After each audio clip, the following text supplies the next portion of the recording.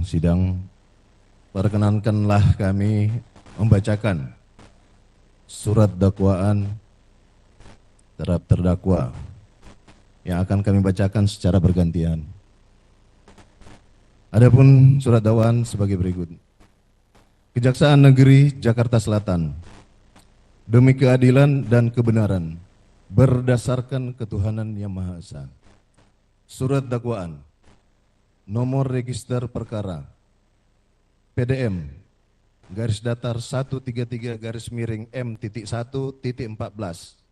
garis miring EOH.2 garing 06 garing 2026.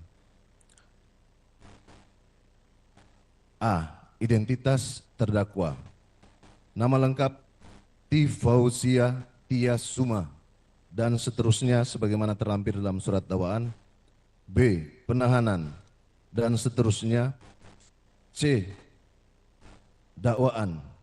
Pertama, primair, bahwa terdakwa Tifauzia Tias Suma pada tanggal 26 Maret 2025 sampai dengan tanggal 21 Mei 2025 atau setidak-tidaknya pada bulan Maret 2025 sampai dengan bulan Mei 2025 atau setidak-tidaknya pada waktu lain dalam tahun 2025 bertempat di Jalan HR Rasuna Said Kuningan, Jakarta Selatan dan di kediaman saksi Insinyur H.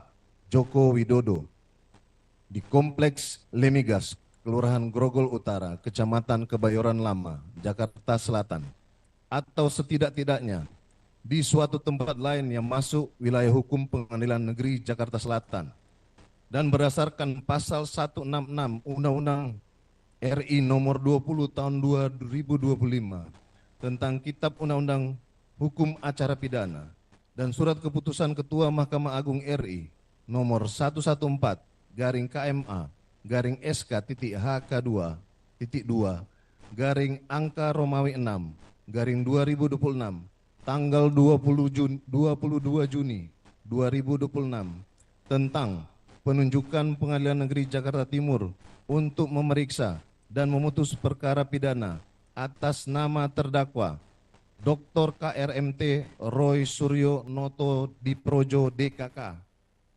sehingga Pengadilan Negeri Jakarta Timur berwenang untuk memeriksa dan memutus perkara pidana atas nama terdakwa Dr. KRMT Roy Suryo Noto Diprojo DKK yang dengan lisan menyerang kehormatan atau nama baik orang lain dengan cara menuduhkan suatu hal dengan maksud supaya hal tersebut diketahui umum, diberi kesempatan membuktikan kebenaran hal yang dituduhkan tetapi tidak dapat membuktikannya, dan tuduhan tersebut bertentangan dengan yang diketahuinya. Jika dilakukan dengan sarana teknologi informasi, jika perbarengan beberapa tindak pidana yang saling berhubungan sehingga dipandang sebagai perbuatan berlanjut yang dilakukan dengan cara antara lain sebagai berikut. Angka 1.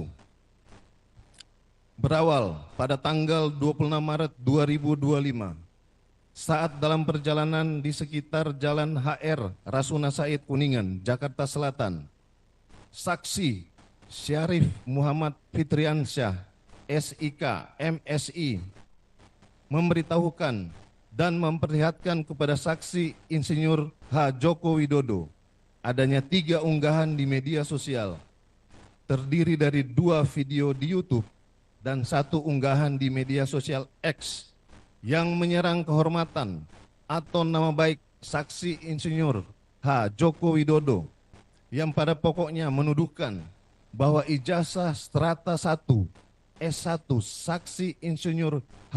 Joko Widodo adalah palsu. Unggahan tersebut yaitu sebagaimana tabel yang terlampir dalam surat dakwaan. Nomor 1, media sosial YouTube akun @Egy-Sujana Channel. Judul konsisten TPUA pengungkapan ijazah palsu tanggal 22 Januari 2025 tautan link terlampir dalam surat dakwaan. 2. Media sosial YouTube akun @Baligia Academy 8116. Judul: Ijazah palsu Joko Widodo berdasarkan analisa jenis font dan operating system tanggal 10 Maret 2025. Tercantum dalam tautan link sebagaimana dalam surat dakwaan. Ketiga, media sosial X akun @Dr. Tifa.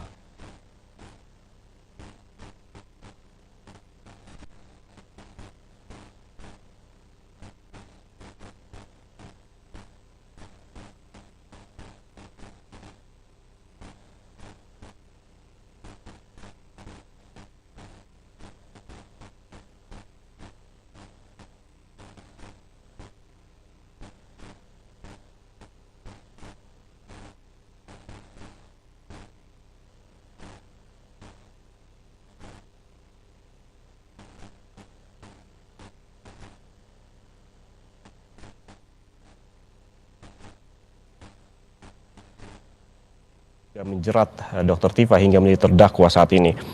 Kalau kita merunutnya, saudara, kasus dugaan ijazah palsu Presiden ke-7 Republik Indonesia Joko Widodo ini sempat menjadi polemik berkepanjangan dan saat ini telah memasuki babak baru.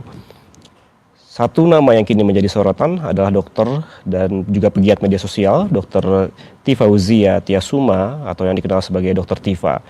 Sebelumnya, saudara, sebelum menjadi terdakwa, Dr. Tifa ditetapkan sebagai tersangka atas dugaan tindak pidana terkait penyebaran informasi elektronik yang dinilai bermuatan fitnah dan juga pencemaran nama baik.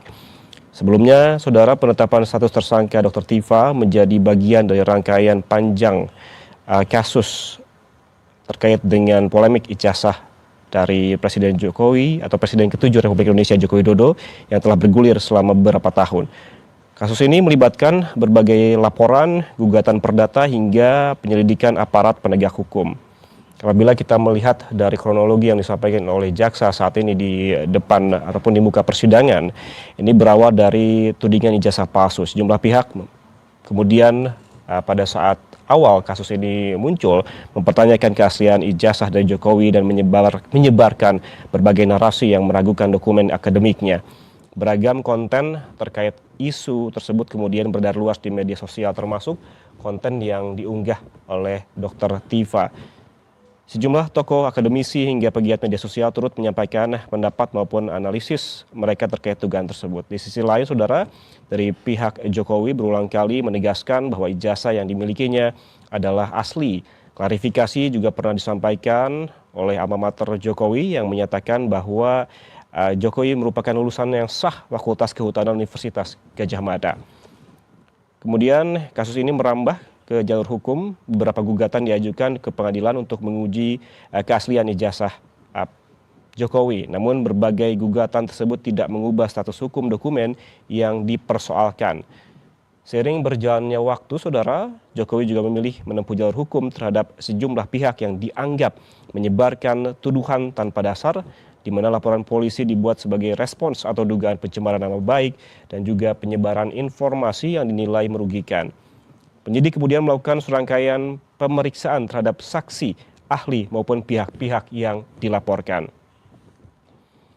Dalam perkembangannya, saudara, penyidik kemudian menetapkan Dr. Tifa sebagai tersangka setelah melalui proses penyelidikan dan juga penyidikan sebelum pada akhirnya saat ini yang Anda saksikan di layar kaca Anda, Dr. Tifa menjadi terdakwa dan menjalani sidang perdana kasus dari ijazah Jokowi. Penetapan tersangka sebelumnya, saudara, ini menjadikan Dr. Tifa sebagai salah satu pihak yang harus menjalani proses hukum.